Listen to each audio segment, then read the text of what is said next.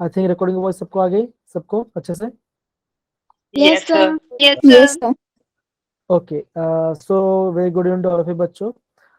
हम almost chapter खत्म कर चुके हैं, सेकंड चैप्टर जो काफी इंपॉर्टेंट चैप्टर था। और मैंने आपको पहले भी कहा था जो आपका एंट्रेंस में जो क्वेश्चन आ रहे हैं वो बेसिकली आप इसी चैप्टर से क्वेश्चन आ रहे थे। कहाँ से? ये आपका बोर मॉडल से क्वेश्चन आ रहे थे, एंड आपके हाइड्रोजन लाइन स्पेक्टर से क्वेश्चन आ रहे थे, एंड आपका क्या बोलते हैं de Broglie wavelength and Heisenberg uncertain principle से क्वेश्चन आ रहे थे। तो मोटा मोटी बात यही है कि हमको इस टॉपिक पे ज्यादा फोकस करना है। एंड ऐसा हो सकता है कि अभी टॉपिक में आ रहा है, अभी क्वांटम में से क्वेश्चन आया नहीं, लेकिन हो सकता है कि जो आज का एग्जाम, आज का जो एग्जाम था, आज का कल का जो एग्जाम होगा उसमें हो सकता है क्वांटम में क्वेश्चन आ पाए। तो हमें क्वांटम में को प्रॉपर इसको रिविजन करना है, ठीक है ना? तो बेसिकली आज हम क्या पढ़ने वाले हैं? आज हम बेसिकली जो हमारा मेजर टॉपिक होगा वो हमारा स्क्रीनिंग इफेक्ट, वो हमारा स्क्रीनिंग इफेक्ट के बारे में पढ़ेंगे, स्क्रीनिंग इफेक्ट के बारे में पढ़ेंगे। एंड हम आज के जो जितने भी एग्जाम्पलर या आंसर क्वेश्चन है हम उस क्वेश्चन सॉल्व करेंगे, हम सारे क्वेश्चन को सॉल्व करेंगे। ये आज का हमारा मेजर टास्क होगा, क्योंकि सिंपल सी बात है, क्वेश्चन हम पढ़ लिए हैं लेकिन अभी क्वेश्चन ज्यादा मैटर करता है हमें, ठीक है?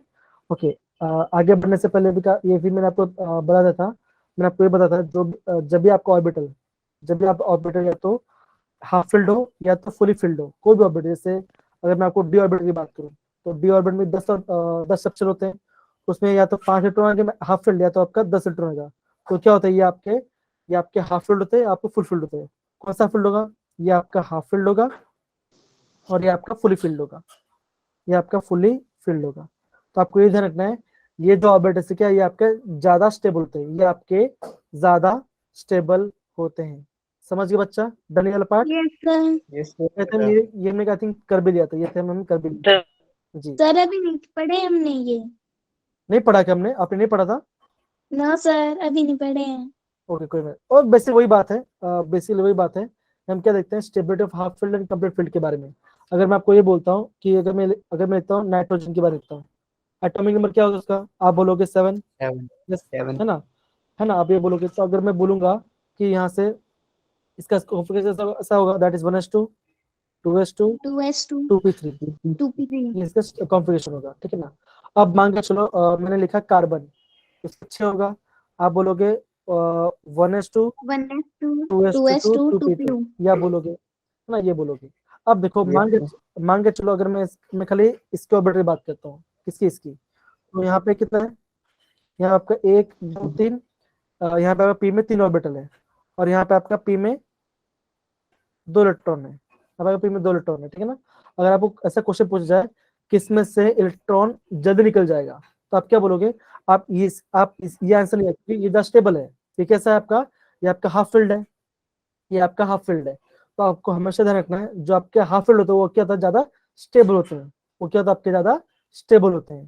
तो इससे क्या होगा? इसमें से इलेक्ट्रॉन कहाँ से जल्दी इसमें जाएगा इलेक्ट्रॉन, इसमें टू में से, ठीक है ना? इसमें से निकालने के लिए आपको बहुत ज्यादा एनर्जी देनी पड़ेगी, ठीक है? तो आपको हमेशा ध्यान रखना है जो आपके हाफ फील्ड वाले होते हैं एंड आपके कंप्लीट फील्ड होते हैं ज्यादा स्टेबल होते हैं। क्यों? जो प्रॉपरली सिमेट्रिकल सिस्टम होता है, और कैसा आपका प्रॉपरली सिमेट्रिकल सिस्टम होता है। समझ गए बच्चा? सारे बच्चे? Yes sir. देखो जैसे आपको यहाँ पे दिख रहा होगा, देखो यहाँ पे जैसे आपको दिख रहा है, यहाँ पे P3 है, यहाँ पे P3 है, यहाँ P6 है, D5 है, D10 है, D7 F4 F7 F14। ये कैसे आपके, इससे आपके सब ये आपके हाफ फील्ड है, फुल फील्ड है। इससे हम क्या बोलेंगे? इससे हम बोलेंगे हाफ फील्ड, इससे हम हाफ फील्ड बोलेंगे, इससे हम बोलेंगे फुल फील्ड, ठीक है ना? तो क्या होता है? ये आपका ज्यादा स्टेबल होता है, ये आपका मॉडल ज्यादा स्टेबल होता है। इन दोनों में से कौन सा ज्यादा मतलब स्टेबल होता है, हाफ फील्ड की फुली फील्ड? फुल फील्ड ज्यादा स्टेबल होगा, ठीक है? फुल फील्ड आपको ज्यादा स्टेबल होगा, ठीक है? Done? Yes, sir. Okay fine, चलो यस सर। अब देखो, अभी हम पढ़ते हैं एक्सचेंज एनर्जी के बारे में। क्या ये भी काफी सिंपल वाला पार्ट है, ये भी काफी सिंपल टॉपिक है, ऐसे कोई बड़ा टॉपिक नहीं है। अब देखो अगर इसका एग्जांपल ये है, डायरेक्ट हम एग्जांपल करते हैं। जैसे हम इसका बेस्ट एग्जांपल हम देखते हैं जो आपका ट्रांजिस्टर मेटल वाला होता है, जो आपका स्कैंडियम, टाइटेनियम, वेनेडियम, क्रोमियम, ये आपके मेटल के बारे में पढ़। अब देखो अगर मैं आपको बोलूँ स्कैंडियम है या टाइटेनियम है, इसका एटॉमिक नंबर कितना बोलोगे बच्चों? आप बोलो 22, है ना? टाइटेनियम का एटॉमिक नंबर क्या होगा? 22 होगा, है कि नहीं बच्चों? ऐसे ना, Yes, sir. यस है ना? सर। अब देखो Yes, अगर हम अगर मैं आपको बोलता हूँ कि इसका इलेक्ट्रॉनिक कॉन्फ़िगरेशन बोलते हैं, आप क्या बोलोगे? आप ये बोलोगे ना कि सबसे इलेक्ट्रॉन क्या फिल होगा? सबसे पहले इलेक्ट्रॉन आपका लोअर एनर्जी फिल होगा। तो क्या आप क्या बोलोगे? आप ऐसा बोलोगे पहले 1s2 में जाएगा, फिर आपका 2s2 में जाएगा, फिर आपका 2p6 में जाएगा, 2p6 फिर आपका 3s2 में जाएगा, 3s2 फिर आपका 3p6 में जाएगा। 3p6 अब यहाँ पे कितना हुआ? आप बोलो यहाँ पे 10 हो गया, यहाँ पे 10 हो गया, और यहाँ पे आपका 8 हो गया, तो 18 हो गया। कितने बचे? 4 बचे। कितने? 4 बचे। फिर किसकी एनर्जी कम होगी? आप बोलोगे 4s।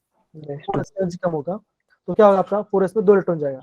4s में आपका 2 इलेक्ट्रॉन हो गया, और फिर आपका 3d आएगा। 3d यहाँ पे आपका 2 इलेक्ट्रॉन जाएगा, डुअल। तो आप क्या बोलोगे? आप कैसे बोलोगे? आप ऐसे बोलोगे दैट इज आर्गन। मतलब क्या? 18 आर्गन 4s2 3d2। तो क्या होगा? इसका इलेक्ट्रॉनिक कॉन्फ़िगरेशन होगा। और सेम अगर इसको किसी क्रोमियम के बारे में, तो क्रोमियम कैसे होगा? आप बोलो क्रोमियम होता है 24, है ना? 24 होता है। तो आप क्या बोलोगे? कैसे लिखोगे? आर्गन 4s2 20 हो गया एंड d4। तो क्या होगा?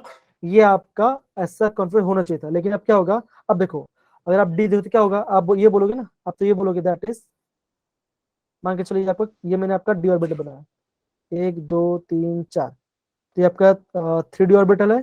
कितने इलेक्ट्रॉन? यहाँ पे 4 इलेक्ट्रॉन है। तो क्या होगा? मैं ऐसे फिल करूँ, दैट इज 1 2 3 4, है ना बच्चों?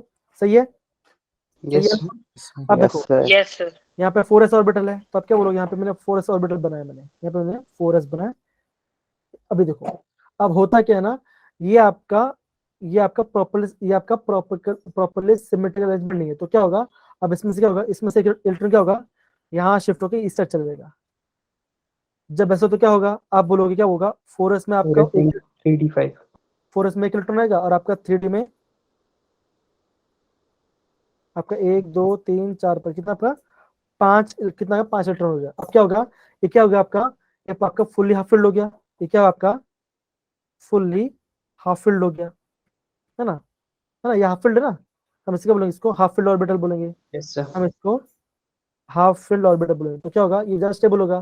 तो इसलिए क्या होता है? ये आपका इसमें बहुत एक्सचेंज क्या होगा? आपका एनर्जी क्या होगा?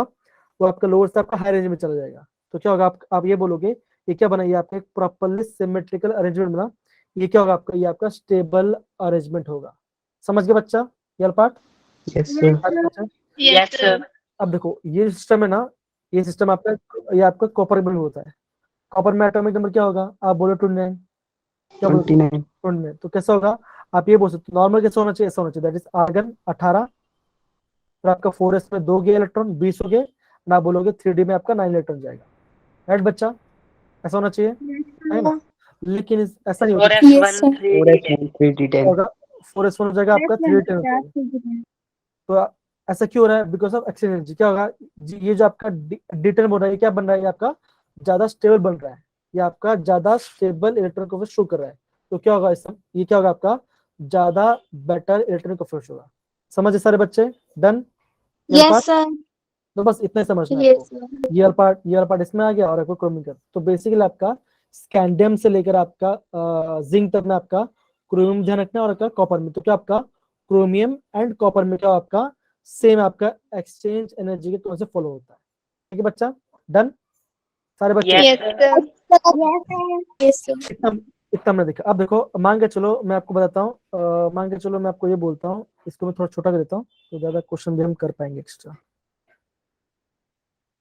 थोड़ा छोटा कर दिया मैंने, तो साइड में दिया मैं, ठीक है ना? चलो, अगर मैं आपको ये बोलता हूँ कि आप मुझे बताओ निकल का इलेक्ट्रॉनिक कोएफिशिएंट मुझे बताओ, तो क्या आंसर आएगा?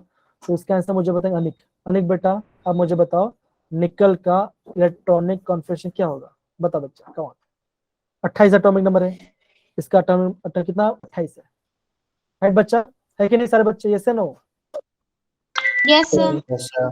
Yes. ओके। Yes, तो sir. क्या होगा इसका कॉन्फिगरेशन? कौन बताएगा मुझे configuration? Argon argon argon 18 4s2 4s2 3d8. 3d8, है ना? तो ये 3d8 3d8 होगा। तो ये क्या होगा ना, सब में ये फॉलो होगा। लेकिन जो आपका क्रोमियम वाला पार्ट है एंड आपका जो कॉपर वाला पार्ट है, उसमें क्या होगा? उसमें एक्सचेंज फॉलो होगा। ठीक है? कॉपर कॉपर वाला। क्रोमियम वाले में। अब देखो बच्चों, ये तो हमने देखा, हमने ये देख लिया कि इलेक्ट्रॉन कैसे फिल हो रहा है। अब मान के चलो, अगर मुझे निकालना है, इलेक्ट्रॉन निकालना है, अगर मैं आपको ये बोलता हूँ यहाँ से मुझे आपका Na 2+ करना है, तो मतलब क्या? मुझे इस इलेक्ट्रॉनिक कॉन्फिगरेशन आपका दो इलेक्ट्रॉन निकालना है, तो क्या करोगे, आपको हमेशा ये ध्यान रखना है, जो इलेक्ट्रॉन लूज होगा जब भी 4s2 आपका वो कहाँ से होगा, वो आपका आउटर मोस्ट होगा।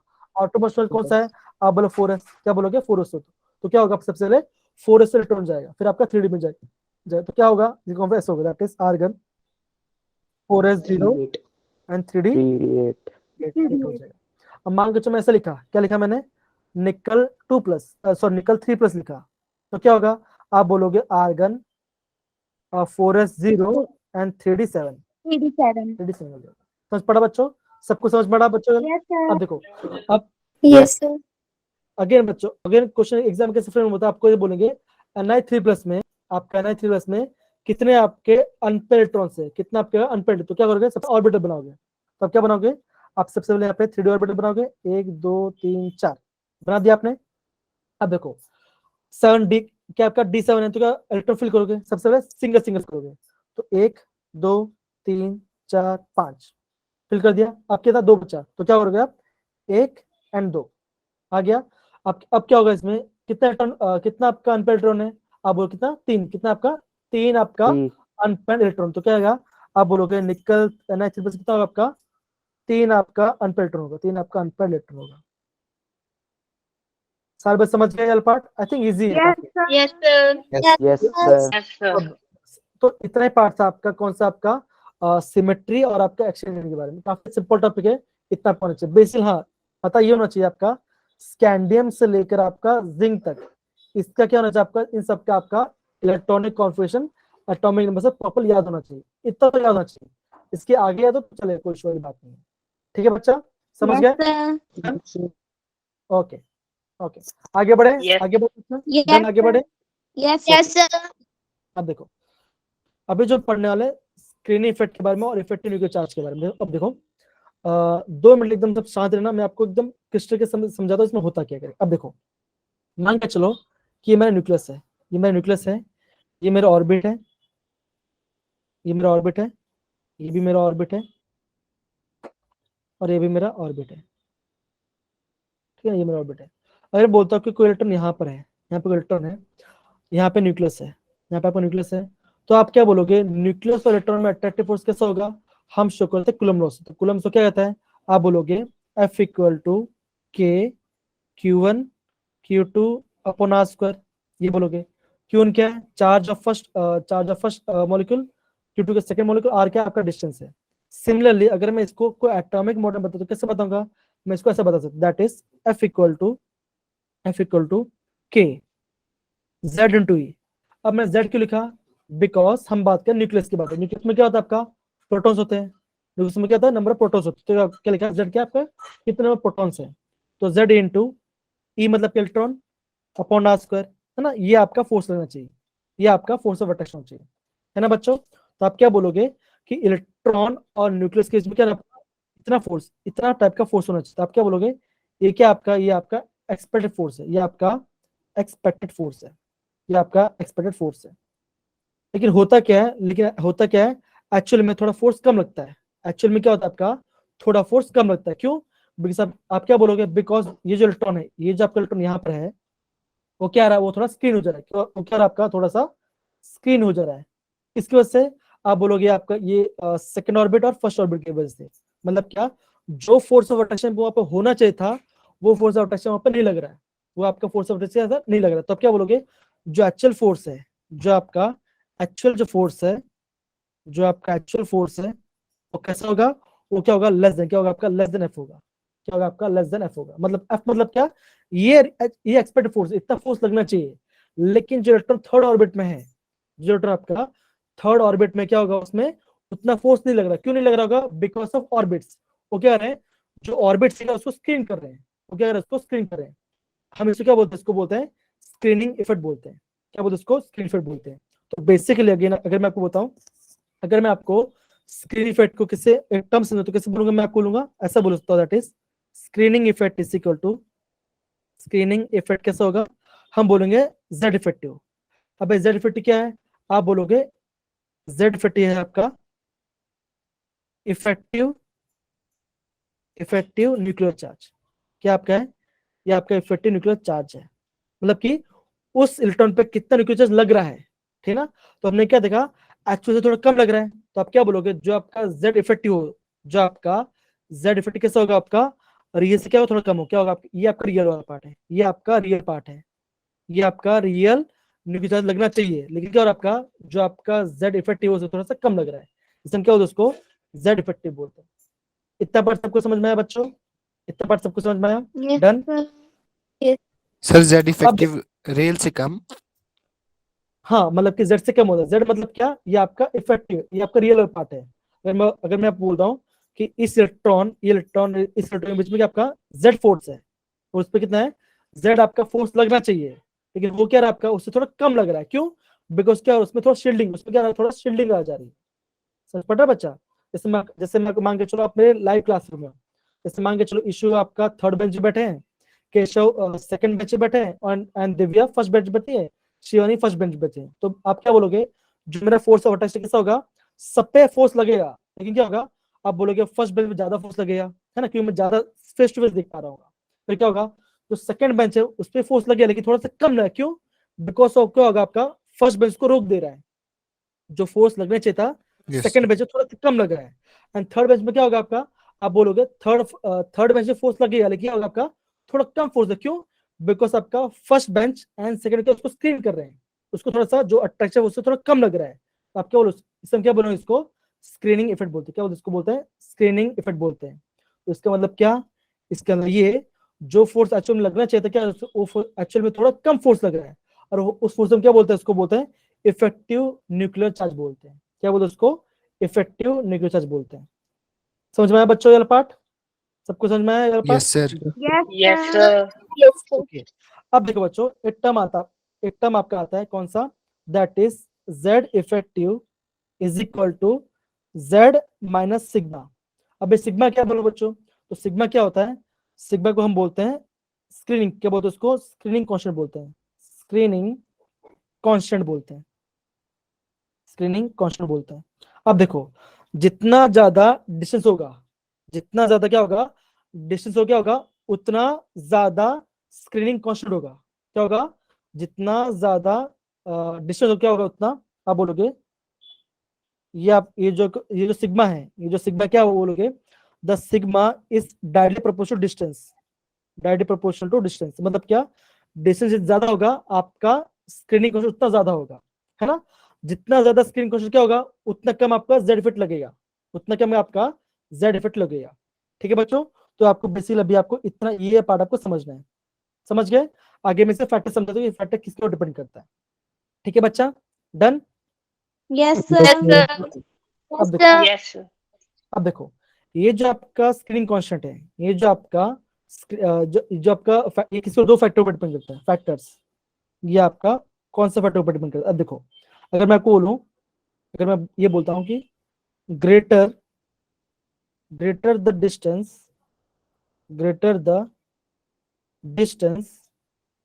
from nucleus, आप क्या बोलोगे, greater screening मतलब क्या, आपका सिग्मा ज्यादा होगा, वो फिर क्या बोलोगे, अगर स्क्रीन ज्यादा क्या बोलोगे, जो आपका चार्ज है, जो आपका Z इफेक्ट क्या होगा, उतना लेस हो जाएगा, क्या उतना लेस हो जाएगा, क्यों, हम उतना माइनस करेंगे, है ना, हम क्या उसको उतना माइनस करेंगे। अगर मैं आपको ये बोलता हूँ Z इफेक्टिव Z क्या होगा आपका, Z माइनस सिग्मा के बराबर होगा। अब देखो, सिग्मा आपका जितना बड़ा होगा, सिग्मा आपका जितना बड़ा होगा, आपका Z इफेक्ट उतना छोटा वैल्यू आएगा।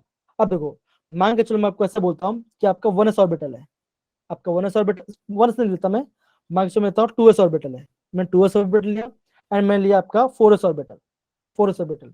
अगर मैं आपको ये पूछूं कि आपका Z इफेक्टिव किसमें ज्यादा लगेगा, तो आपका आंसर क्या होगा बच्चों, आपका Z इफेक्टिव किसमें ज्यादा होगा, 2s में. है ना, आप क्या बोलोगे, सिंपल है ना, आप क्या बोलोगे, जो आपका Z मतलब क्या, जो चार्ज ऑफ अट्रैक्शन किसमें ज्यादा लगेगा, आप बोलोगे 2s में ज्यादा लगेगा, क्या होगा आपका 2s में ज्यादा लगेगा।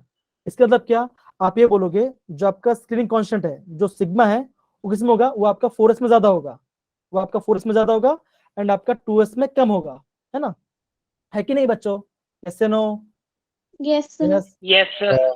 अब देखो, Yes, sir. मान के चलो अगर मैं मान के चलो मैं Z को 10 कितना है, मेरा Z को 10 है, मेरा मान के चलो जो z केवल कितना 10 है, मान के चलो तो सिग्मा मेरा आ रहा है 5, कितना आ रहा है, सिग्मा 5 आ रहा है, तो मैं z इफेक्ट क्या होगा, आप बोलोगे मैं z इफेक्ट होगा 10 - 5, तो कितना आंसर आएगा, मेरा 5 आंसर आएगा, है ना। अगर मैं आपको ये बोलता हूँ कि अगर मैं क्या होता है सिग्मा बढ़ा रहा हूँ, अगर मैं सिग्मा बढ़ा मतलब कि स्क्रीनिंग कॉन्स्टेंट बढ़ा रहा हूँ, अब मैं कितना 7 कर दिया, तो मैं z इफेक्ट कितना आएगा, आप बोलोगे तब मेरा z इफेक्ट आएगा 3, कितना आएगा 3 आएगा, कितना आएगा 3 मेरा z इफेक्ट आएगा। तो कौन सा वर्ड बड़ा है, आप बोलो 5 बड़ा है 3 कम है कि नहीं, समझ रहे हो ना बच्चों, यस से नो, Yes, sir. है ना। तो आप ये बोलोगे Yes, sir. तो आप ये बोलोगे कि जितना ज्यादा डिस्टेंस होगा उतना ज्यादा स्क्रीन कॉस्ट होगा, और क्या होगा z इफेक्टिव क्या कम होता जाएगा। अगर सिंपल सी बात, अगर मैं आपको दूसरा क्वेश्चन पूछूं, एक आपका 3s है एंड दूसरा आपका 4s है, तो किसमें आपका z इफेक्ट ज्यादा लगेगा, तो आप क्या बोलोगे, आप ये बोलोगे जो आपका z इफेक्ट क्या होगा आपका 3s में ज्यादा लगेगा, 3s में आपका ज्यादा लगेगा। समझे सारे बच्चे, done, Yes, sir. Yes. Yes, sir. Okay, बहुत बढ़िया। अब देखो, अब हम दूसरा फैक्टर पढ़ते हैं, तो दूसरा फैक्टर क्या है, हम बोलते हैं डिफ्यूज ऑर्बिटल, डिफ्यूज्ड ऑर्बिटल। तो बच्चों हमारे पास कितने टाइप के ऑर्बिटल है बच्चों, कितने टाइप के ऑर्बिटल है हमारे पास, 4 बेसिक में पढ़ा था ना, एक आपका S, S, P, S, S बोल, P, P, T, F, D, F, D, F. और S. हम इसको ऑर्बिटल बोले। अब देखो, अगर मैं बोलूं आपका जो S है उसका shape क्या है, आप बोलो उसका ये आपका स्फेरिकल शेप, spherical, P कैसा होगा, P का आपका ऐसा डबल शेप होगा, एंड D कैसा होगा, D का आपका डबल होगा। Double double. मेरा हैंडराइटिंग थोड़ा खराब है, इसको ऐसे लिख दो जैसे रहेगा, ये आपका डबल होगा। अब देखो, आप बताओ कि इनमें से कौन सा ऑर्बिट डिफ्यूज है, मतलब क्या, डिफ्यूज मतलब कि फैला हुआ है। आप क्या बोलोगे, एफ कैसा सबसे ज्यादा फैला हुआ है ना, एफ आपका ज्यादा फैला हुआ है ना। अब मान के चलो कि मान के चलो मैं यहाँ पे, ये मेरा बोर्ड है, ये मेरा, मान के चलो मैं यहाँ पे खड़ा हूँ, पीयूष यहाँ पे खड़े हैं, है ना। यहाँ पे 3 बच्चे पढ़ रहे हैं, 1 बच्चा 2 बच्चा 3 बच्चा, और एक बच्चा इस कोने पे, ये क्या है, ये आपका, आप क्या बोलोगे, ये आपका ज्यादा डिफ्यूज है। डिफ्यूज मतलब क्या, बहुत फैला हुआ है। तो अब बताओ बच्चों कि मेरा जो z इफेक्टिव है, किसमें, आप क्या किसमें ज्यादा होगा, आप बोलोगे 1 में ज्यादा होगा, 2 में तो और थोड़ा कम होगा, 3 में थोड़ा कम होगा, और सबसे कम किसमें होगा, सबसे कम इसमें होगा, है ना बच्चों, है ना। क्यों, आप ये बोलोगे जितना ज्यादा डिफ्यूज होगा, आप क्या बोलोगे, आपका उतना कम क्या होगा, आपका z इफेक्टिव होगा। तो अगर आप ये बोलोगे z इफेक्टिव, अगर मैं आपको बोलता हूँ z इफेक्टिव, तो z जो आपका z सबसे ज्यादा किसमें होगा, आप बोलोगे सबसे ज्यादा s में होगा, s में आपका सबसे ज्यादा इफेक्ट होगा, फिर आपका p में होगा, फिर आपका d में होगा, लास्ट में f में होगा। मतलब क्या, f में क्या होगा, सबसे कम क्या होगा, सबसे कम फोर्स ऑफ अट्रैक्शन लग रहा होगा, f में आपका सबसे कम फोर्स ऑफ अट्रैक्शन लग रहा होगा। समझ गया बच्चा, फिर ट्वेल्व एक बार पार्ट, बता दो फिर Yes, से। Yes, sir. sir. Okay okay. अब देखो मैंने क्या बोला, जो s ऑर्बिटल है, अब देखो मान के चलो न्यूक्लियस है, ये मेरा मान के चलो न्यूक्लियस है, अगर आपका इलेक्ट्रॉन यहाँ घूम रहा है तो अट्रैक्टिव किसका होगा, ये आपको तुरंत अट्रैक्ट कर लेगा, है ना। तो आप ये बोलोगे जो आपका 1s से क्या होगा, उसमें ज्यादा अट्रैक्टिव फोर्स होगा, फिर किसमें होगा, फिर आपका p में होगा, क्यों, क्योंकि इसमें आप मान के चलो ये आपका इलेक्ट्रॉन है, ये आपका न्यूक्लियस, तो क्या होगा, आप बोलोगे यहाँ पे इलेक्ट्रॉन होगा, यहाँ पे, तो यहाँ ज्यादा अट्रैक्शन हो जाएगा। डी क्या आपका ज्यादा फैला हुआ है, तो आप बोलोगे इलेक्ट्रॉन दूर हो सकता है, अगर आपका इलेक्ट्रॉन दूर हो तो क्या होगा, आप बोलो अट्रैक्टिव फोर्स ज्यादा नहीं लगेगा, है ना। तो आप क्या बोलोगे, जो आपका z इफेक्टिव किसमें का, आपका जो इफेक्टिव चार्ज होगा आपका s में सबसे ज्यादा लगेगा, फिर आपका p में लगेगा, फिर आपका d में लगेगा, लास्ट में f में लगेगा। या क्या इसका ऑर्डर है, ये क्या इसका ऑर्डर है, समझ गया भाई निखिल। Yes sir. ओके, देखो एक क्वेश्चन करो तभी आपको समझ में आएगा। मान के चलो मैं आपको ऐसा बोलता हूँ, एक आपका 3s ऑर्बिटल है, एक आपका 3d ऑर्बिटल है, और आपका 3p ऑर्बिटल है, ये आपका 3 ऑर्बिटल है ना, मतलब आप बोला ये आपका 3 आपका ऑर्बिटल है। अब मुझे बताओ इनमें से आपका z इफेक्टिव किसमें ज्यादा लगेगा, सबसे ज्यादा 3FD, 3s है में ना, आप 3s। बोलोगे yes, Yes. 3P, 3s में सबसे ज्यादा लगेगा, उसके बाद किसमें लगेगा, 3d। 3P, 3p फिर आपका 3p में लगेगा, 3d 3D, फिर आपके लास्ट में 3D में, फिर आपके लास्ट में 3D में, है ना। तो आपको ऐसा ऐसा आपको अरेंज करना है, ऐसा आपको अरेंज करना है, ठीक है, समझ गया part, done. yes sir Yes, sir. Yes, sir. अब Yes, देखो, sir. अब एक लास्ट क्वेश्चन में पूछ रहे हैं, एक क्वेश्चन दूसरा है, क्वेश्चन ये है, एक आपका है, एक आपका 2s ऑर्बिटल है, एक आपका 2p ऑर्बिटल है, एक आपका 3s ऑर्बिटल है, एक आपका 4s ऑर्बिटल है। आपको ये बताना है किसमें आपका z इफेक्टिव सबसे ज्यादा लगेगा। तो सर z 2s। 2s नहीं, इसका आंसर बताएं। अखिल, अखिल बेटा बताओ इसका आंसर। सर 2s फिर 2p फिर 3 फिर 4s फिर 3s। नहीं नहीं ना बच्चा, यही तो गलती की आपने ना। तो सर 2s में 3s ज्यादा, फिर 4s। हाँ, पहले आपका 3s में लग गया, फिर आपका 4s में लग गया, फिर आपका 4s में लग गया, ठीक है ना। आपको सर मैं देखो सबसे, कंफ्यूज हो गया था, वो एक होता है एनर्जी लेवल 4s और नहीं नहीं, 3p में ना। हाँ हाँ, कोई नहीं कोई नहीं। अब देखो सबसे पहले क्या ध्यान रखोगे, सबसे पहले एन को ध्यान रखो। एन मतलब क्या, क्वांटम में वो ध्यान रखोगे। जिसका क्वांटम में क्या होगा, कम होगा, उसमें ज्यादा लगेगा, उसमें आपका ज्यादा लगेगा। फिर आप उसके ऑर्बिटर पे ध्यान दोगे, फिर आप उसको ऑर्बिटर पे ध्यान दोगे। जैसे अगर मैं आपको वापस पूछूं, अगर मैं आपको इसे बोल, अगर मैं बोल रहा हूँ 3D है आपका, एक आपका 5s है एंड आपका 5d है, तो ऑर्डर क्या होगा बच्चों, आप बोलोगे 3D में ज्यादा लगेगा, फिर आपका 5s में लगेगा, फिर आपका लास्ट में 3D 5D में लगेगा। 3D, yes ma'am. समझ गया पार्ट? आई थिंक ये Yes, पार्ट sir. समझ गए। yes sir yes okay, sir. yes बहुत बढ़िया बहुत बढ़िया। तो बेसिकली यहाँ पे हमारा चैप्टर खत्म होता है। तो अगेन बच्चों देखो, वापस बता रहा हूँ, ये चैप्टर है ये हमने खत्म कर दिया बेसिकली। ये चैप्टर में आपको ये सब फॉर्मूला प्रॉपर्ली याद होना चाहिए। कौन सा फॉर्मूला, जैसा अभी आपने देखा कि जो रिवर्स इक्वेशन है, इसमें से आपका अभी लेटेस्ट क्वेश्चन आया, इस बार आया, ठीक है ना। फिर आपका ये जो एनर्जी और ये जो आपका एनर्जी फंक्शन है, ये जो एनर्जी फंक्शन है, ये जो फॉर्मूला है ना, ये फॉर्मूला काफी इंपॉर्टेंट है क्योंकि यहाँ से क्वेश्चन आ रहे हैं, यहाँ से आपको क्वेश्चन ज्यादा आ रहे हैं, ठीक है ना। तो ये इतना फॉर्मूला तो प्रॉपर्ली पढ़ना है, इतना फॉर्मूला तो आपको बहुत अच्छे से याद करना है। ये आपके आईएमपी फॉर्मूले से, ये आपके आईएमपी फॉर्मूले से। समझिए बच्चों का पार्ट, ध्यान रहेगा। yes sir Yes, sir. Yes, sir. Shivansh sir में क्या आप शेयर करिए अब जैम बोर्ड के बारे में।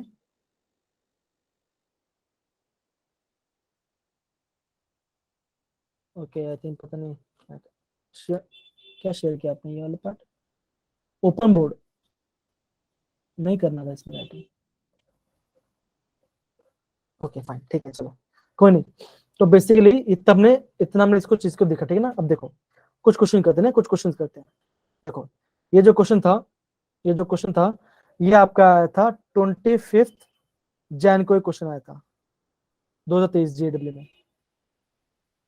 ओके, सबसे पहले यहाँ बताओ, मैं आपको बोलता हूँ इसका आंसर मुझे बताना है। इसका आंसर ऑप्शन में नहीं है, इसका आंसर ऑप्शन में नहीं है, लेकिन आपको बताना है।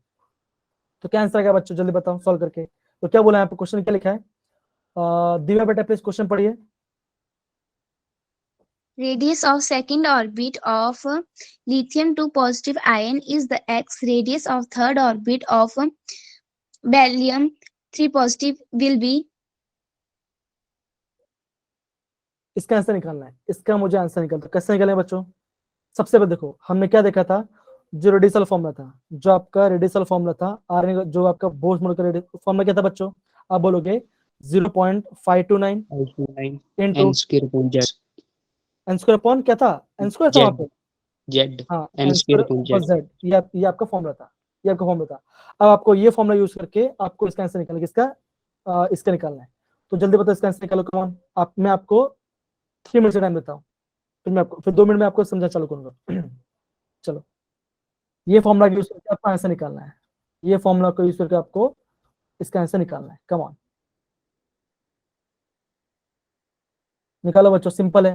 देखो ये कांस्टेंट है ना, ये कांस्टेंट को भूल जाओ, तो आप क्या बोलोगे, that is r n is directly proportional to n square by Z. ये आपको यूज करना है, ये आपको यूज करके सॉल्व करना है। क्या आंसर है इसका, कम ऑन बच्चा, आंसर कर रहे हो, सॉल्व कर रहे हो वाले question, yes sir. Yes, yes sir. sir solve करो इसका answer, come on come on, solve करिए, कम ऑन।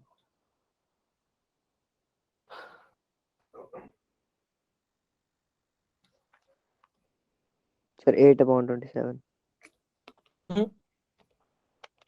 गलत, गलत, वो नहीं आएगा।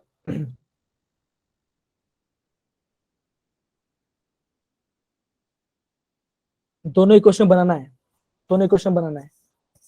देखो क्या बोला यहाँ पे, ये बोला है जो ए- आपका लिथियम है, जो आपका लिथियम है उसके लिए इसके एक्स बोला है, तो आप क्या बोलोगे, अब देखो x मतलब क्या, उसका रेडियस लिथियम का, लिथियम 2+ का फॉर्मूला क्या आपका, n²/z। सेकंड ऑर्बिट मतलब क्या, वो आपका क्या होगा, आपका वो आपका 2 का स्क्वायर होगा। सेकंड ऑर्बिट मतलब क्या, n = 2 हो जाएगा। 4.2 तो आप क्या बोलोगे, 4.3 x = क्या होगा आपका, आप बोलोगे 2 का स्क्वायर सर डिवाइड बाय जो आपका लिथियम है उसका एटॉमिक नंबर क्या बच्चों, आप बोलो 3, 3 है ना। तो आप क्या बोलोगे, x कितने, x क्या आपका आया 4, आपका आया 4/3, क्या आपका 4/3 आंसर आया। अब देखो अभी क्या निकालना, आपको निकालना है बेरिलियम का निकालना है। बेरिलियम क्या होगा, अब देखो अगर मैं लिखता हूँ, अगर मैं आपको सकता हूँ रेडियस ऑफ बेरिलियम क्या होगा, आप बोलोगे क्या बोलोगे, इक्वल टू थर्ड ऑर्बिट मतलब क्या, 3 का स्क्वायर 9/4 डिवाइड बाई क्या होगा 4, है ना, ये आपका आ जाएगा। आप क्या बोलोगे, आप बोलोगे रेडियस ऑफ बेरिलियम क्या आएगा, आप बोलोगे 9/4। क्या एकदम से बोला, ये आपने बोला। अब देखो अभी हम कंपेयर कर रहे हैं, कंपेयर क्यों कर रहे हैं, देखो हमें देखो यहाँ पे x दिया है, हमें क्या दिया, आपको x क्यों दिया है, तो मतलब क्या, हमें x का टर्म लिखना है, हमको क्या लिखना है, लिथियम का टर्म लिखना है। तो क्या करेंगे, इसको हम दोनों डिवाइड करेंगे, तो क्या होगा, अगर ये मेरा इक्वेशन 1 है एंड ये मेरा इक्वेशन 2 है एंड मैं क्या करता हूँ, उसको डिवाइड करता हूँ, तो क्या आंसर आएगा मेरा, आप ये बोलोगे देखो x divide by radius of beryllium 16.27 क्या होगा, इक्वल टू 4/3 डिवाइड बाई 9/4, है ना, 9/4। ये करोगे तो क्या होगा, आप क्या बोलोगे, सेकंड x बाई बेरिलियम क्या होगा, आप बोलोगे 4/3 इंटू क्या होगा 4/9 हो 9 जाएगा। तो क्या होगा, आप बोलोगे इक्वल टू क्या होगा, इक्वल टू 16/27। ये आपका आंसर आएगा। लेकिन ये आपका आंसर नहीं है, क्यों, हम क्या चाहिए, हमें तो रेडियस नहीं चाहिए। आप क्या बोलोगे, देखो आप क्या करना है, उसको क्रॉस मल्टीप्लाई करना। तो क्या मैं इसे लिख सकता हूँ, x upon radius of beryllium is equal क्या होगा 16/27। तो इसको ऊपर लेके आता हूँ, इसको इससे लेके जाओ नीचे लेके, तो क्या होगा, आप बोलोगे रेडियस ऑफ बेरिलियम क्या होगा, इक्वल टू क्या होगा, आप बोलोगे 27 इंटू एक्स डिवाइड बाई 16। ये इसका आंसर, मतलब क्या, मैंने x को ऊपर लेके चला गया, मैंने इस इमेज आर को उसको ऊपर लेके गया, 16 को नीचे लेके गया, 27 को इस साइड लेके गया। तो ये मेरा क्या आंसर पर, ये मेरा आंसर आ जाएगा। समझ गए सारे बच्चे, yes sir. No no Yeah. Sir Akhil को समझ में नहीं आया बच्चा ये पार्ट। सर थोड़ा सा बीच में देखो सबसे पहले मैंने क्या किया, सबसे पहले हमने क्या इक्वेशन बनाया, किसका, इसका, ये मैंने इसका आंसर, ये मैंने इक्वेशन बनाया एंड ये मैंने इक्वेशन बनाया, किसका, ये मैंने इक्वेशन बनाया, ठीक है, ये मैंने क्वेश्चन बनाया। अब मैंने क्या किया, दोनों टर्म के, अब देखो हमें आंसर क्या चाहिए, हमें आंसर किस में, एक्स के टर्म में मुझे आंसर चाहिए, मुझे आपका एक्स के टर्म में आंसर चाहिए। तो एक्स का मतलब क्या होगा, तो मैंने क्या किया, मैंने दोनों इक्वेशन डिवाइड कर दिया। जब मैंने दोनों इक्वेशन डिवाइड किया तो क्या मुझे क्या मिला, मुझे ये मिला, मुझे ये टर्म मिला। देखो उसको मैं वापस सर इसके आगे से लग गया है पता अच्छा, अब पता चल गया, अब पता चल गया, सही है, सर इसके आगे से लग गया था पता ये स्टेप नहीं था थोड़ा ओके। क्लियर तो कुछ नहीं मैंने किया, मैंने खाली इक्वेशन 1 को और इक्वेशन 2 डिवाइड किया। क्यों, हमें आंसर क्या चाहिए, हमें आंसर चाहिए आपका एक्स के टर्म में, हमें आपको आंसर एक्स के टर्म में चाहिए, इसलिए मैंने इसको डिवाइड किया। सर बस समझ गए ये वाला part, Yes sir. Yes, yes sir. Sir sir आपने 2 को 1 से क्यों नहीं किया? क्या किया, हाँ तो कर लो ना, कोई फर्क नहीं पड़ता, तभी आंसर वही आएगा, तभी आंसर वही आएगा। देखो यस सर। आप बोल, हाँ तभी भी आंसर वही आएगा, चाहे 1 को 2 से 2 को 1। अब देखो क्वेश्चन ने क्या बोला कि अगर मुझे निकाल, देखो रेडियस ऑफ बेरिलियम क्या होगा, मैंने रेडियस क्या होगा, मैंने क्या था 9/4 था, मैं क्या करता हूँ डिवाइड करता हूँ किससे, इससे टर्म से डिवाइड करता, तो क्या होगा x डिवाइड बाई 4/3। तो क्या होगा, आप क्या बोलोगे, आप ये बोलोगे ना रेडियस ऑफ बेरिलियम क्या होगा, आप बोलोगे 9 × 3 डिवाइड बाई 4 × 4। यहाँ पे क्या था, x था, x ऊपर चला गया तो क्या होगा, x मल्टीप्लाई दो 9 से 27, 27/14 divide by 16 equal to x। ये वही आंसर आएगा आपका, चाहे आप किसी भी डिवाइड करो, आपका आंसर तो वही आने वाला है, ठीक है।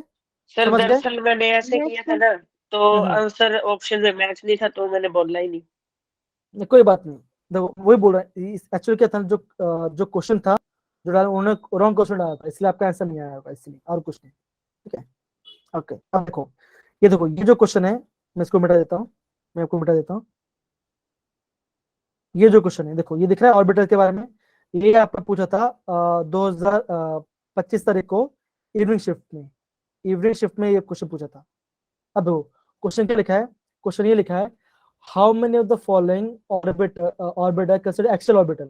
अब देखो एक्सियल मतलब क्या, एक्सिस मतलब देखो दो टाइप का ऑर्बिट होता है। देखो जैसे मैं आपको ये मैंने एक्सिस बनाया, ये मैंने लिखा एक्स एक्सिस और मैंने ये लिखा वाई एक्सिस। क्या होता है आपका ऑर्बिट दो टाइप का होता है, एक हम बोलते हैं, एक क्या बोलते हैं, हम बोलते हैं ऑर्बिटल्स। हेलो, कुछ डाउट है बच्चा? निखिल? नमस्ते। ओके, तो दो टाइप के ऑर्बिट होते हैं, एक क्या बोलते हैं orbital lies, the orbital lies on the axis, on the axis. एक क्या होता है, एक होता है orbital lies along the axis, along the axis. अब देखो इसमें काफी इंपॉर्टेंट है, जब बोलते हैं लाइज ऑन द एक्सिस मतलब क्या, वो एक्सिस के बीच में लाई कर रही है। जैसे मान के चलो ये एक्सिस है, एक्सिस, तो क्या होगा, मैं ऑर्बिट कैसे बनाऊंगा, ऐसा बनाऊंगा, देखो ऐसा बनाऊंगा। तो इससे मैं क्या बोलूंगा, इससे बोलूंगा पी, इससे मैं बोलूंगा पी एक्स, क्या बोलूंगा मैं, पी एक्स बोलूंगा। क्यों, ये जो आपका पी ऑर्बिट है क्या आपका एक्सिस के एक्सिस के ऊपर लाई कर रहा है, इसको बोलूंगा, इसको बोलूंगा एक्सिस। समझ गया? इससे मैं क्या बोलूंगा, इसको मैं बोलूंगा एक्स से बोलूंगा। ठीक है, समझ गए बच्चों? सर एक बार दोबारा हेलो, रिपीट कर दो। Okay okay okay fine. अब यस देखो, सर। अब देखो बच्चों, जो ऑर्बिट्स होते हैं ना आपका दो टाइप का होता है। एक एक ऑर्बिटल होता है आपका the orbital lies on the axis, इस पे होता है आपका ऑन होता है। ऑन मतलब क्या होता है, अलोंग मतलब क्या होता है। अब देखो ऑन मतलब ये होता है कि जो आपका ऑर्बिटल है वो आपका वो एक्सिस के ऊपर लाई कर रहा होगा। जैसे अगर मैं, जैसे मान के चलो मैं ऐसे लिखा, जैसे मैंने क्या लिखा, ये मैंने एक्स लिखा, ये मैंने वाई लिखा, ये मैंने जेड लिखा। दिख रहा है आपको ये वाला पार्ट? Yes sir. ओके, अगर मुझे बनाना है, अगर मैं आपको बोलता, अगर मैं आपको ये बोला कि ऑर्बिटल ऐसा है, ये आपका ऑर्बिटल ऐसा है, देखो ये ऐसा ऑर्बिटल है, ये ऑर्बिटल ऐसा है। तो ये जो मैंने ऑर्बिटल कैसा बनाया, ये मैंने वाई के ऊपर बनाया ना, है ना, यस ये मैंने सर। किससे बनाया आपका वाई, वाई के ऊपर बनाया। तो अब क्या बोलूंगा, आप ये बोलोगे ये जो मैंने ऑर्बिटल बनाया मैंने आपका वाई एक्सिस के ऊपर बनाया है, तो मैं क्या बोलूंगा, इसको ऑन बोलूंगा द। पी, हाँ इसको मैं बोलूंगा ऑन द, इसको बोलूंगा मैं ऑन द एक्सिस बोलूंगा। क्या बोलूंगा मैं, ऑन द एक्सिस बोलूंगा। समझ गए चल part? Yes sir. Yes sir. अब देखो, अभी मैं अगर अभी मैं आपको समझाता हूँ अलोंग द एक्सिस, अगर अभी मैं समझाता हूँ अलोंग द एक्सिस। देखो जो आपका डी है ना, जो आपका डी ऑर्बिट होते हैं, जो डी एक्स वाई होते हैं, जो डी वाई जेड होते हैं एंड डी जेड एक्स होते हैं, ये क्या करते हैं, ये आपके एक्सिस के अलोंग लाई करते हैं। इसका मतलब क्या होगा, एक्सिस के अलोंग, इसका मतलब क्या होगा बच्चों, मतलब कि एक्सिस के बीच में लाई करते हैं। मतलब देखो अगर मैं बना रहा हूं आपका डी एक्स वाई, अगर मैं बना रहा हूं डी एक्स, तो क्या होगा, आप बोलोगे ऐसा होगा, देखो ये ऐसा होगा। ये मैंने क्या किया, ये मैंने एक ऑर्बिटल बनाया, इसमें एक्स और वाई के बीच में, ये मैंने क्या बनाया आपका एक्स और वाई के बीच में। अब क्या होगा, मैं ऐसा बनाऊंगा, देखो तो ये मैं क्या बनाया, ये मैंने बनाया डी एक्स, ये मैं क्या बना आपका डी एक्स बना, इसको क्या बोलूंगा मैं डी एक्सेस बोलूंगा। तो इससे मैं क्या बोलूंगा, it will lie along the axis, ये क्या आपका ये एक्सिस के बीच में लाई करता है, तो हम उसको बोलेंगे, उसको अलोंग बोलेंगे। समझ पड़ा बच्चों वाला पार्ट? डन? Yes sir. अभी प्रॉपर समझ पड़ा ये वाला पार्ट सारे बच्चे? यस सारे सर। बच्चे यस एक, सर।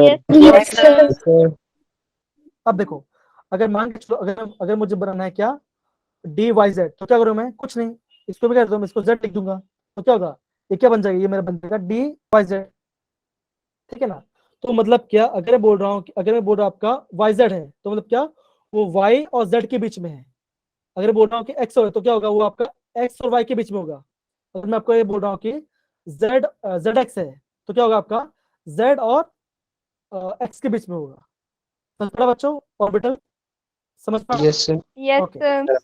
तो देखो, यस तो सर। क्वेश्चन ये था, क्वेश्चन ये था, आपने पूछा है कि how many orbitals are the axial orbital. तो क्या होता है, आपको ये ध्यान रखना होता है कि जो आपका पी एक्स होता है, पी वाई होता है एंड पी जेड होता है, ठीक है ना, एंड आपका d x square y square and d z square, ये क्या करते हैं, ये एक्सिस के ऊपर लाई करते हैं, मतलब कि एक्सिस के बीच में लाई करते हैं। मतलब कि अगर मैं एक्सिस बना तो क्या होगा, ये इसको ऐसा लाई करेगा। और जो आपका डी एक्स वाई है, वाई जेड जेड, ये क्या करते हैं, ये आपको एक्सिस के अलोंग लाई करते हैं, मतलब कि दो एक्सिस है उसके बीच में लाई करते हैं। समझ पड़ा बच्चों वाला पार्ट सबको अच्छे यस से? सर। बहुत Yes, बढ़िया, sir. बहुत बढ़िया। तो ये था आपका,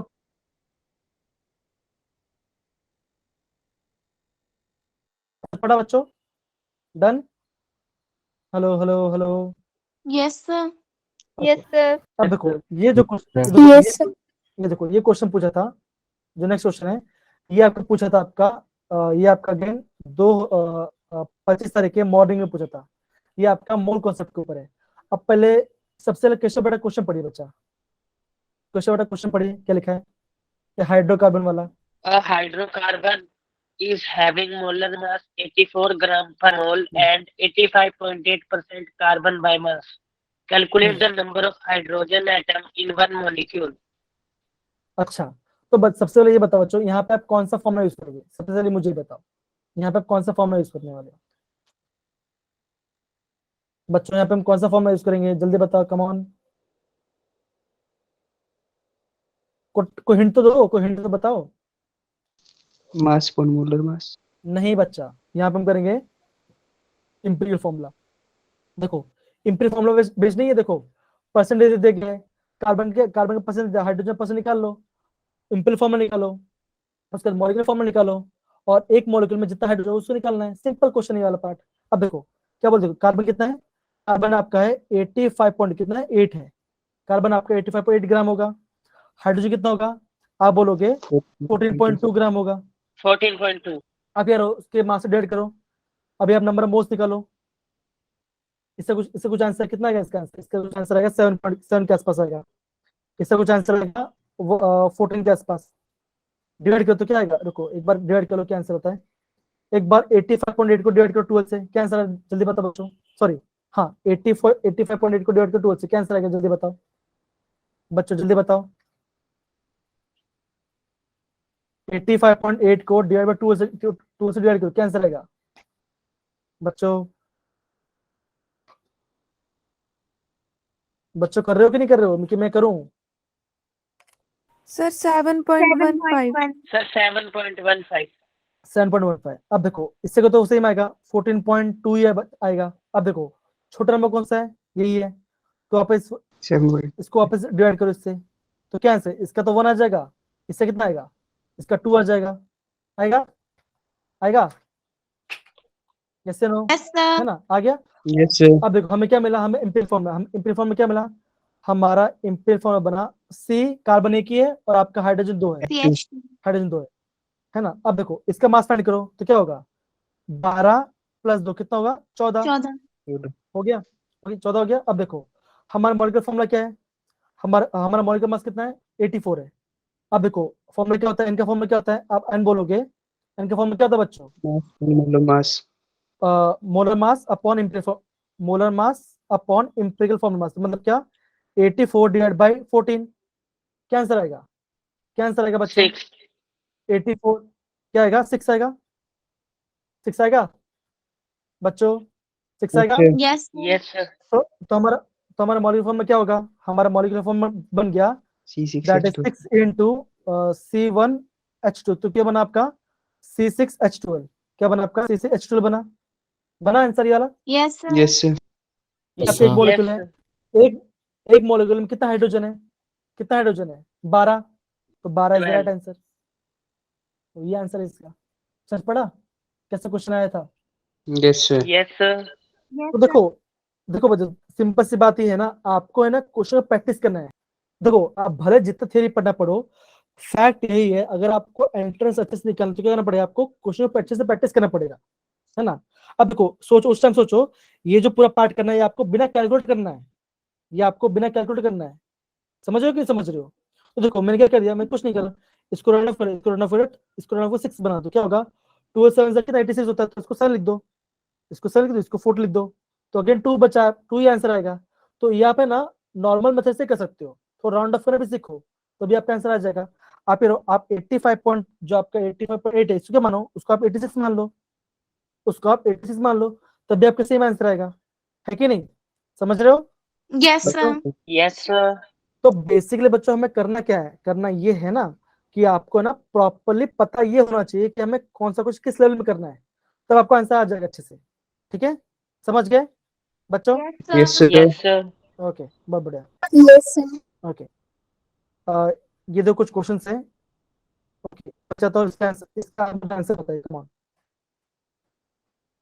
ये क्वेश्चन है आपका किसके बारे में, ये आपका एग्जाम्पल क्वेश्चन है, ये आपका एग्जाम्पल क्वेश्चन। देखो आज और कल क्या करेंगे, अभी ये तो बच गया, कल मैं इस चैप्टर पर न्यूमेरिकल्स करेंगे, क्योंकि न्यूमेरिकल्स ना इंपॉर्टेंट है, तो मैं आपको ना कल क्या कराऊंगा, सारे न्यूमेरिकल्स भी कराऊंगा, एंड आपको आज का, सॉरी 29 का, और आज जो एग्जाम हुआ जेडब्ल्यू का, उसका भी क्वेश्चन आपको कल डाल दूंगा। ठीक है बच्चा, समझ गए? Done? Yes, sir. Yes. Yes, sir. Yes, sir. Yes, sir. Yes, sir. Okay fine बच्चा। तो फटाफट बच्चा इसका आंसर बताओ, ये जो इसको मैच करो फटाफट जल्दी। सर फर्स्ट का सेकंड।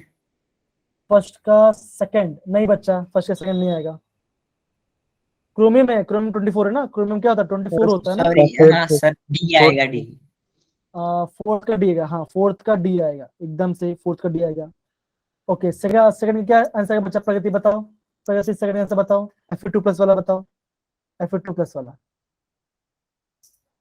Yes, sir. एक मिनट। हाँ तो इसका एटॉमिक नंबर कितना था? 26 Sir. 26 होता है इसका एटॉमिक नंबर। सी आएगा सर। आप प्रगति तो बोला था मैंने, C. पता नहीं। हाँ तो हाँ चलो प्रगति का Yes, sir. C है इसका। सी आएगा। अब देखो प्रगति का आंसर तो साहिल ने दे दिया, कोई बात नहीं। अब जो दूसरा क्वेश्चन है जो आपका निकल टू वाला, वो बताएंगे प्रगति।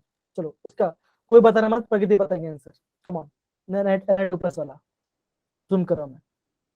इसका कितना 28 है, इसका एटॉमिक नंबर 28 है। 2+ वाला 2 इलेक्ट्रॉन निकल जा रहे हैं, तो क्या आंसर आएगा? प्रगति बेटा बताइए। सर एक मिनट। हाँ आराम से, आप टाइम लो, कोई इशू वाली बात नहीं है, कोई इशू वाली बात नहीं है।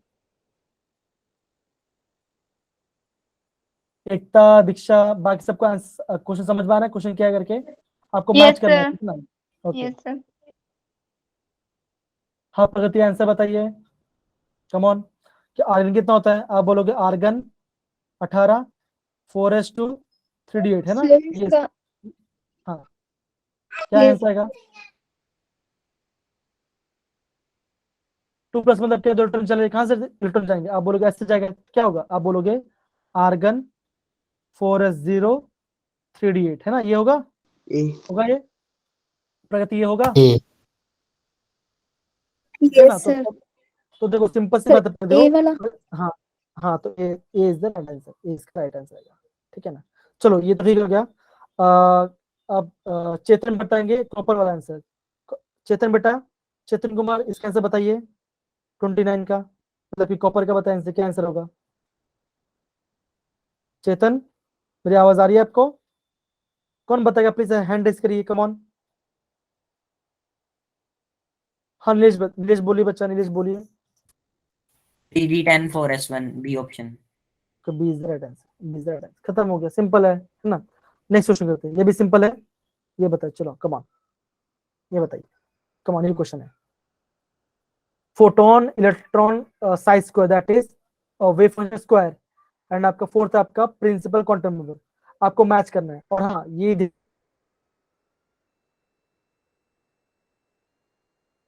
का एक से ज्यादा आंसर हो सकता है। सर आपकी आवाज कट हो गई थी, एक बार दोबारा बोलेंगे? मैं ये बोल रहा हूँ, ये जो ऑप्शन है ना, ये जो ऑप्शन है, इसमें आपका एक से ज्यादा आंसर भी हो सकता है, एक से ज्यादा आंसर भी हो सकता है, ऐसा बोल रहा हूँ मैं। ओके अब देखो साइज तो क्या बताता है? Sir probability density. एकदम से, एकदम से बच्चा हरमान, क्या बताता है? आपका साइज का प्रोबेबिलिटी बताता है। और हमने क्या देखा था, जो साइज के कैसा वो क्या होगा? ऑलवेज आपका एक पॉजिटिव, वो आपका ऑलवेज पॉजिटिव वैल्यू होगा, है कि नहीं?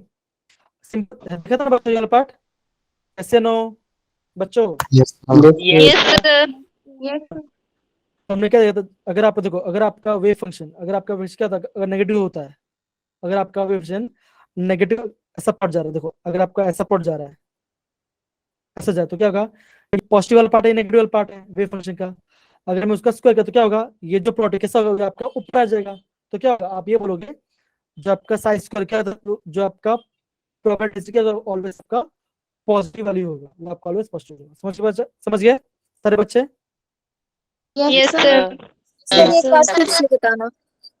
ओके फाइन बच्चा, देखो ये जो आपका साइज स्क्वायर है, ये क्या होता है? ये आपका प्रोबेबिलिटी डेंसिटी होता है। इसका मतलब क्या? हमें ये फाइंड करते हैं उसके अंदर कि इलेक्ट्रॉन का मिलने के चांस कहाँ पे, कौन सा किस जगह पे आपका इलेक्ट्रॉन का मिलने का ज्यादा होगा। हम उसको प्रोबेबिलिटी डेंसिटी, क्या होता है? उसको प्रोबेबिलिटी डेंसिटी कहते हैं, डेंसिटी कहते हैं। ठीक है समझ गए? और ये क्या होता है, ये आपका ऑलवेज पॉजिटिव वाली होता है आपका, ठीक है, सर समझ गए? Yes, Yes, sir. Yes, sir. Okay. अब देखो फोर्थ, इसका आंसर बताओ, जल्दी बताओ, प्रिंसिपल क्वांटम एंड क्या होगा, इससे क्या आंसर होगा, क्या आंसर आएगा इसका? Always positively. Always positive value. एकदम सही। तो अब क्या बोलोगे, जो फोर्थ वाला है क्या होगा, ये भी इसका ऑलवेज पॉजिटिव होगा, मतलब क्या, जो ऑप्शन 3 है उसका तो बी एंड सी आंसर आएगा। जो आपका फोर्थ क्या होगा, वो आपका ऑलवेज पॉजिटिव होगा। और क्या होगा, और आप ये बोलोगे it gives the value of n, that is constant n का, है ना। हम क्या कहते हैं, अगर आपका n क्या होगा, मतलब क्या वो केस होगा, n इक्वल 2 तो क्या होगा, वो आपका l होगा, है ना बच्चों, है कि नहीं? n इक्वल कितना 3 होगा तो Yes, क्या sir. होगा, वो आपका m N. होगा, n इक्वल 4 तो क्या होगा, आपका n शेल होगा, आपका n शेल होगा। सच पड़ा बच्चों? तो आपका Yes, जो sir. फोर्थ का Yes, आपका sir. ए और बी आंसर आएगा, ए और बी आंसर आएगा, है ना। अब देखो इलेक्ट्रॉन को बताओ बच्चों, वो क्या होगा, it exit both momentum and, Exhibit both. हाँ तो क्या होगा, तो आपका, हाँ तो आपका जो 2 है, 2 का आंसर आपका डी आएगा। और जो क्या फोटोन, फोटोन इससे बना बच्चों, फोटोन भी क्या है आपका लाइट का पार्टिकल है ना। तो क्या वो भी क्या है आपका मोमेंटम ऑफ एग्जिट होता है, ये आपका 1 का भी डी आएगा, 1 का भी डी आंसर आएगा। समझ गए बच्चे, सारे बच्चे समझ रहे हो? Yes, sir. Yes, sir. Okay, अब देखो आगे बढ़ते हैं। ओके, तो ये आज का हमारा लास्ट क्वेश्चन है, ये आज का हमारा लास्ट क्वेश्चन है। प्लीज आराम से समझ से आंसर बताइए, कम ऑन, ये आज का हमारा क्वेश्चन है, कम ऑन। फर्स्ट का सी। फर्स्ट का C, the pairing of electron will take place belonging to each missing liquid, एकदम सही, ठीक है। आगे बताइए, अब वो क्या बताता है, फर्स्ट से होगा पक्का, यस सर। Second का E. सेकंड का, ओके सेकंड का ही आएगा, सेकंड का ही आएगा, एकदम सही। फर्स्ट का सी बता रहे, एकदम सही, ठीक है। पॉली क्या बोलता है, पॉली क्या बोल रहा है, Holy A. O. हाँ O. थर्ड का ही होगा, थर्ड का ही होगा, मतलब क्या, कोई Fourth आपका का D. क्या होगा, Fourth का D. फोर्थ का डी। कभी ओके फोर्थ का डी। बस तो आपका आंसर आ गया। आई थिंक ये तो आपने जल्दी दे दिया, तो और एक क्वेश्चन कर सकते हैं, कम ऑन, और मैच द फॉलोइंग कर सकते हैं। ओके ये भी कर सकते हैं, इजी है। ओके बताइए इसका आंसर, कम ऑन। प्रिंसिपल होता है, या एल होता है, ये आपका एम होता है, और ये आपका एम एस होता है, स्पिन क्वांटम। ओके तो पहला क्या आंसर आएगा बच्चा, D. B. फर्स्ट का डी, तो मतलब डी। ये फर्स्ट का डी हुआ, फर्स्ट का डी आएगा, एकदम सही। सेकंड क्या होगा बच्चों, सेकंड का एसयू मेथड क्वांटम क्या हो जाता है आपका, A. जो आपका एसयू मेथड क्वांटम वो क्या बता सेकंड का होगा डी। सेकंड का होगा D. the second. Okay okay, second का डी होगा, नहीं सेकंड होगा। और हाँ हाँ सर, फर्स्ट का बी नहीं होगा, फर्स्ट का बी होगा, फर्स्ट का बी होगा फर्स्ट ना, का बी होगा, सेकंड का हाँ डी। फर्स्ट का बी होगा, फर्स्ट का बी होगा, सेकंड का डी होगा, सेकंड का डी होगा। थर्ड का क्या होगा, वो क्या होता था आपका ओरिजिनल ओरिएंटेशन ए। थर्ड का थर्ड A थर्ड वाला का होगा C, थर्ड का A का C होगा। और समझ गए फोर्थ बच्चा, का C. समझ गए वाला पार्ट, डन Yes, बच्चे। sir. और कोई मैच द फॉलोइंग है, ओके आई थिंक ये वाला पार्ट नहीं है, तो ये वाला पार्ट हम कल करेंगे, ठीक है, ये वाला पार्ट हम कल करेंगे, ठीक है। तो बच्चों कल क्या करना, कल सबके सब फॉर्मूला रिवर्स करके आना अच्छे से। देखो फॉर्मूला, रिवर्स इक्वेशन का फॉर्मूला, उसके बाद आपका जो आपका बोर्स मॉडल, उसका जो वेलोसिटी, रेडियस, एनर्जी वाला फॉर्मूला याद करके आना, एंड आपका डी ब्रॉगली वेवलेंथ, एंड आपका हाइजेनबर्ग अनसर्टेनिटी प्रिंसिपल का क्वांटम नंबर, इतना पढ़ के आना। मैं गारंटी बोलता हूं आप सारे के सारे क्वेश्चन कर लोगे, गारंटी बोल रहा हूं, इवन जेडब्ल्यू कर लोगे आप, ठीक है, समझ गए? Yes, sir. ओके तो आज तक काफी है, Yes, sir. Thank you so much बच्चों, एंड यस अपना ख्याल रखना, टेक केयर, सिया, चलो bye bye, bye bye Bye, sir, sir. Bye बेटा, bye bye, take care, Right, sir. Good night sir, good night बेटा, गुड नाइट बेटा।